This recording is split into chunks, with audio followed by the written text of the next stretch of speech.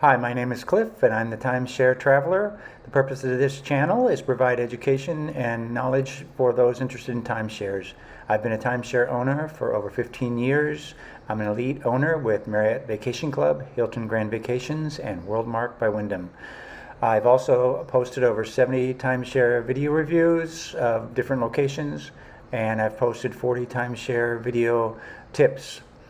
Please don't forget to hit the subscribe button below, and I can be found at Timeshare Trav on Twitter and Facebook, and my website is www.timesharetraveler.com. Welcome back. So now let's go over the overview, what I'm going to talk about. So Wyndham, actually mostly Worldmark on the West Coast, offers the ability to travel very similar to an RV, and I'll walk you through that. Then I'll just sort of do a verbal outline of the cross California trip that I've done, and I want to then show you the map of locations that I've been on. And in the base of the video, I'll put all the links to the descriptions and all the videos, so you can actually go look at the reviews of the places, so you can get a sense of what it's like to stay at them.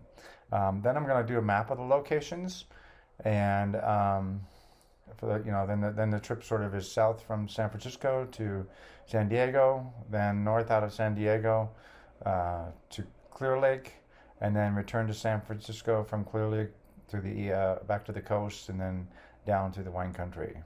So that'll be the trip, and that's the overview. Now let me go into the details. I've really been enjoying the fact that Wyndham offers an ability to travel similar to an RV. It's really just another option, similar to a hotel, but in my case, I like the timeshare setups better. Wyndham has beautiful destinations all across California, and most of these are Worldmark, so if you're a Worldmark owner, that's what you really have.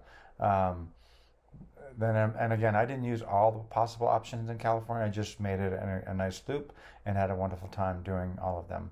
And creating driving trips let you see more local scenes. I like that. It kind of feels like you're actually directly seeing what California has to offer, in this case, or the United States when you do a global trip. Locations are more limited than an RV, so I don't want to make it sound like it's exactly like an RV or a hotel. But you do save money because you're driving your car as opposed to a large RV, and the price of gas in California was above $6 a gallon. I think it's now around $5.50, but it, obviously quite high. So that makes driving an RV quite expensive. The other downside is limited storage in a car compared to what you can put in an RV. However, and this is the big deal for me, I find the timeshares more luxurious. So when I am there, even if I have to drive to specific locations, I feel like I'm staying in a little more luxurious. It's a little more relaxing, having a full-on pool and a bunch of other stuff. And the costs are relatively low once you've paid for the timeshares and just paying the maintenance fees. Now I'm going to go through the outline of the cross California trip.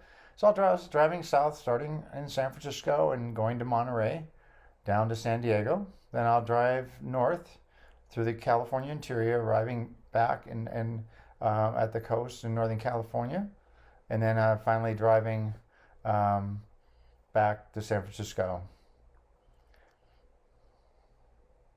And again, the outline I talked about, $5 a gallon gas, more luxurious than hotels. And I cook food in my timeshares. I'm pretty much, I'm not really going out. I'm saving money, seeing more of the U.S. and cooking in my timeshares. So that's kind of the outline of what I'll be doing on my trip. And here's a map of the locations. You can see I start out at Monterey, California, then I head down to Solvang, and then I stay in two places in San Diego. Then I cut over to Indio, and that covers Palm Springs and that area. Big Bear, cut up to Bass Lake, and there you actually can go in the Sierra because it's in the foothills, as is Angels Camp. And then you go up to Clear Lake up in Northern California, cut over to the coast to Point Arena. I've used RCI to get a location there multiple times. And then head to Windsor, which is near Santa Rosa, where you can enjoy some wine tasting, and then return back. And again, how long you plan this trip and how long you stay is really up to you. You can make it as short. I don't know that you could do it one day. Wouldn't be much fun to do that, but I would say a minimum of 2 days at each location, and you could probably modify a few of these and not do it exactly as I've said. Okay, let's go through the southbound to San Diego. Starting south from San Francisco, first stop is Monterey. View of the bay. It's a beautiful view right on the water. Wonderful coastal pleasures, and you're also there by the famous Monterey Bay Aquarium. So a lot of good things to see. Second stop is in Solvang, and you can have all the Danish because it's a Danish. Solvang is a Danish community, and there's lots of places to go wine tasting. It's down by San Luis Obispo, which is a great wine area for California. And the third stop is San Diego. Now there's actually two stops, so I figured, hey, you got to do the California beach scene, and that's sort of Oceanside. And then I picked Mission Valley, and I picked Mission Valley because it's has free parking, so you can drive in and see San Diego and not have to worry about paying exorbitant prices when you stay at some of the other locations in downtown San Diego itself. So there you have the southbound trip. And when you're done with the southbound trip, you head north, stopping at Indio. And I like Indio because they have a lazy river in the location, and you can visit Palm Springs. A lot of things to do there. Second stop is Big Bear, which is in the mountains. Lake views. It's just stunning, beautiful views of that location. My third stop is Bass Lake. You can use that as a stopping off point for a trip into Yosemite. And then my fourth stop is at Angels Camp. And that has a lot of history. That's where Mark Twain did a lot of his writing, plus there's some wineries as well. So it really makes for a good location overall. And my fifth stop is in Clear Lake. And Clear Lake is a good place to do boating and various things like that. And there's also some wine tasting in the area.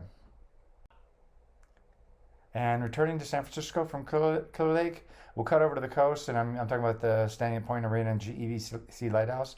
That's available via RCI that you can get through WorldMark. And that's beautiful because you get both the lighthouse and the rugged coasts of Northern California, I think, are just beautiful. And then your second stop is in Windsor, which is just outside of Santa Rosa, and it's, again, very nice wine tasting. You can go hiking in the coastal redwoods. A lot of wonderful things to do then. And then drive on back to San Francisco where it all started. So there you had it. I hope you enjoyed this sort of cross California trip, and I hope you like my channel, and don't forget to subscribe.